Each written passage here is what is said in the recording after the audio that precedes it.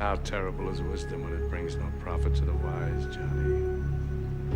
Starting her career in 1983, Lisa Bonet booked her first one-episode role on the popular show St. Elsewhere.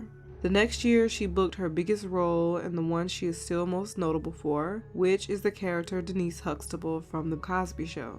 Because of other media and sources, most people know that Bill Cosby has a lot of strict rules when it comes to the actors who play his children and wife on the show. For those who may not know, The Cosby Show was one of the most popular shows from the 80s and 90s, and people loved the wholesome feel and lighthearted episodes. The show had a huge impact on TV shows, and it helped redefine how Black families are showcased in media. When it came to the actors and actresses' experiences during their time on the show, it was very restrictive. Sabrina LeBeau, who played the oldest sister, Sandra Huxtable, had to fight with producers just to do other work in theater. Even though he had minor issues with the Cosby kids throughout the run of the show, no one butted heads more than him and Bonet. Lisa would often show up late to set and would constantly be ill-prepared. This would agitate Cosby, who was usually described as a perfectionist. When Lisa heard about the role of Epiphany Proudfoot in the movie Angel Heart, she told Cosby, and initially he told her that she should take on the role.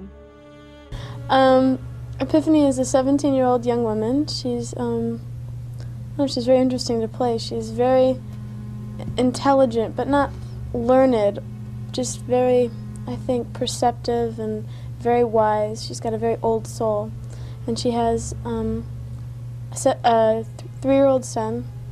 And she works in the fields by day. And based on the 1978 horror novel Falling Angel, written by William Hortzberg, the story follows a New York detective named Harry Angel who is hired by Louis Cyphre to track down a crooner named Johnny Favorite who owes him. What makes the criminal Johnny a dynamic character is that due to World War II, he suffers neurological trauma that causes him to forget and disassociate.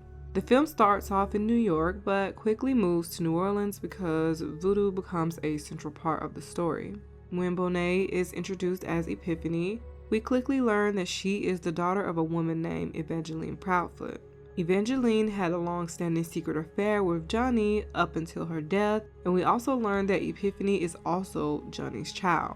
Even though Epiphany is only 17, she has a toddler that she's raising alone. When she was asked about her child's father, she explained that she doesn't know who he is. Epiphany quickly shuts Harry's questioning down because she was told that Johnny was dead, so she knows nothing more. While spying on Epiphany that same night, Harry catches her in the forest doing a ceremonial animal sacrifice because she is a popular voodoo priestess in her town.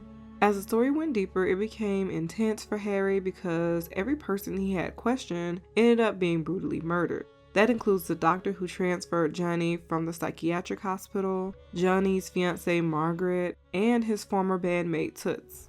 When Harry returns to his hotel, he sees Epiphany sitting at his doorstep in the rain.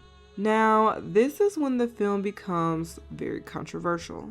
He invites her in and they talk for a moment before they start having sex. She once said that Johnny Favorite was as close to true evil as she ever wanted to come. What else did she say? He was a terrific lover. As the hotel roof is leaking during a rainstorm, the water quickly turns to blood and the X becomes more and more aggressive. After the entire film was edited and reviewed by the Motion Picture Association of America, they gave the original cut of Angel Heart an X rating, which is widely associated with pornographic films. The director Alan Parker tried to appeal this decision but failed. The only way he was able to get an R rating was by cutting this exact scene by 10 seconds. Parker goes on to say, that scene was very complex, very intricate, and the cutting quite rapid, involving 60 to 80 cuts in the space of about 10 minutes. Eventually, I cut only 10 seconds from the scene, or about 14 feet of film. The next day, Harry goes to talk to Margaret's father, and this is when we learn that Johnny was a powerful occultist who sold his soul to Satan for fame.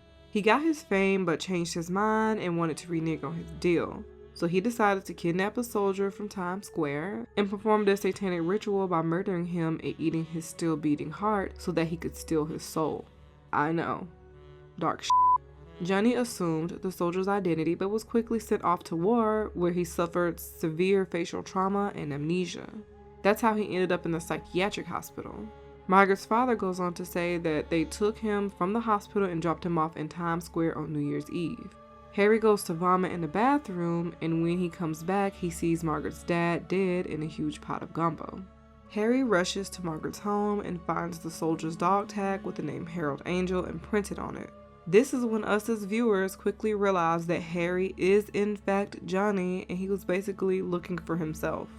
Cypher is the devil, there to collect his soul. Louis Cypher. Lucifer. And Epiphany is his actual daughter. Harry realizes that he murdered everyone and quickly becomes even more distraught. Things get even more disturbing when Harry rushes back to his hotel and sees that Epiphany had been R-worded by him and shot in the female area. They also explain that Epiphany was in fact impregnated by Satan himself. That's why she never knew who her child's father was. The film ends with Harry taking a long elevator ride down to hell. Once the movie was released, not only did it not do well financially, but critics weren't crazy about the movie either. When Bonet was asked about how she feels about the negative reviews, she admitted that she didn't have any regrets. When Cosby was asked how he felt about her role, he said, "It's a movie made by white America that cast a black girl, gave her voodoo things to do, and have sex." I honestly hate to say this, but I sort of agree, just a little bit. When we were first introduced to Bonet's character, she was washing her hair, which caused her shirt to get wet. From that moment, I knew her role would be hypersexualized. There is nothing wrong with that, but it makes me wonder, why? We see right through her shirt during this scene, and even when she's doing a ritual in the woods, her shirt is completely open, exposing her breasts.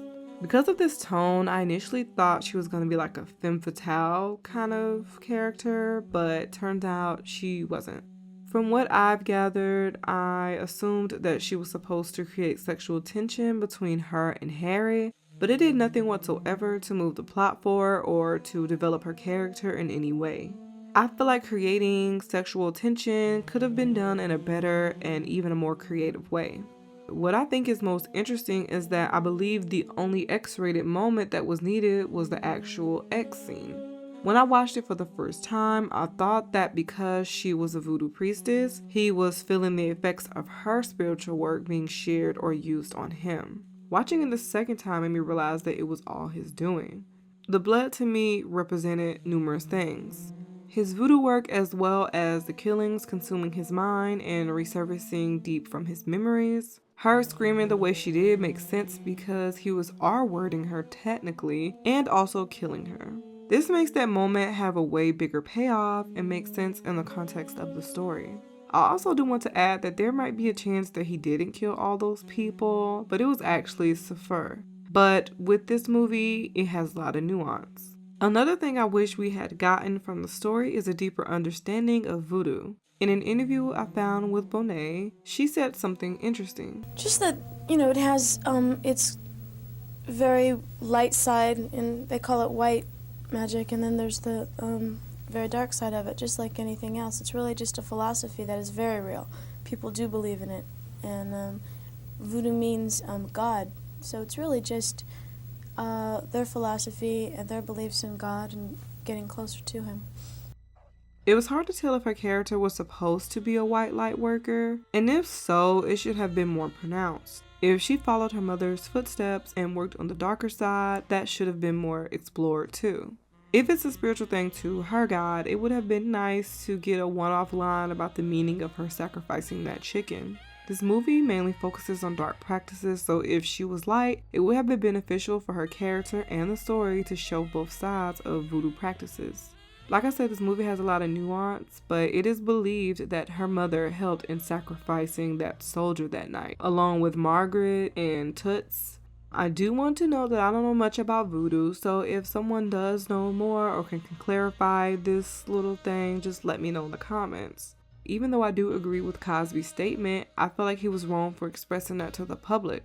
From more recent interviews, and specifically the one with Jasmine Guy and Kadeem Hardison, it was clear that Bonet was mistreated throughout the run of her playing Denise Huxtable. That first season, I'm telling you, it was whack. And I didn't like the way they were treating Lisa Bonet. Yeah, no. And they said, well, had so-and-so said anything to you? I said, you disrespect her in front of the audience, in front of me? You disrespecting me too. How did they used to disrespect her?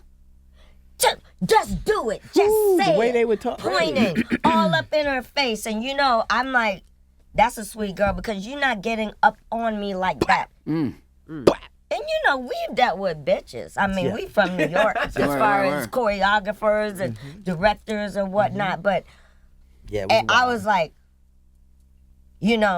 I didn't interfere on set, but I was like, oh no. Oh no, you're not treating her like that. She had to hire security. Really? Even when she wanted to get married to Lenny Kravitz or get pregnant and Cosby said no, I'm sorry, but he's dead wrong. That's her personal life and none of his business. That same year, she went on to do a topless spread in Interview magazine, but moving forward, she didn't take any more risky roles until The Cosby Show ended. I do think her taking on this role makes the most sense at that time for her career. My obligation wasn't to Denise. I felt obligated to myself and my career. She was attempting to break the cookie cutter image to show her range as an actress. Doing this role helped her not be constrained in the wholesome Cosby Kid image. I also want to add that I think this movie is really amazing. While I was doing research for the video, I found a lot of video essays to explain the complex themes spread throughout the film, and it actually blew my mind. This might even be a controversial take, but I actually think it is just as good as Eve's Bayou. And that's a perfect film. Also, if you haven't seen it, please check my page. I have a whole analysis on Eve's Bayou because it is a masterpiece to me. I'm not going to get into the complex themes of the film because that is not what this specific video is about. Angel Heart was well shot, the acting was phenomenal, and the story was layered with complex themes. I say just watch the film, then watch the video essays on Stingy's page, which I will put the link down in my description, and let me know what you think. I know as time went on, the film did get more appreciation, but I truly think it deserves more. Lastly, I want to say I appreciate the watch. Let me know what you think in the comments. Bye!